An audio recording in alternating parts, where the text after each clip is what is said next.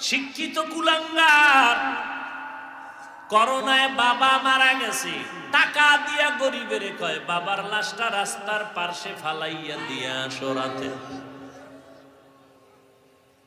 গরিবেরা লাশটা রাস্তার পাশে যখন ফালাইয়া গেল, ছেলেরা দরওয়াজা জানালা লক করে ঘুমায় গেল।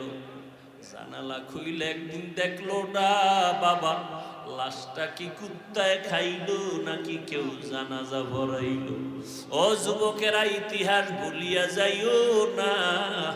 আমার দেশের এই শত শত করোনার লাশ আমার দেশের কিছু পুলিশ ভাইরা আর সিংহবাগ টুপিওয়ালা ওলামায়ে কেরাম এই লাশগুলো কাদের মধ্যে নিছে, গোসল করাইয়া কাফন পরাইয়া জানাজা ভরাইয়া এগুলোরে কবরে দাফন করছে। একজন হুজুরেও করোনায় মরে না।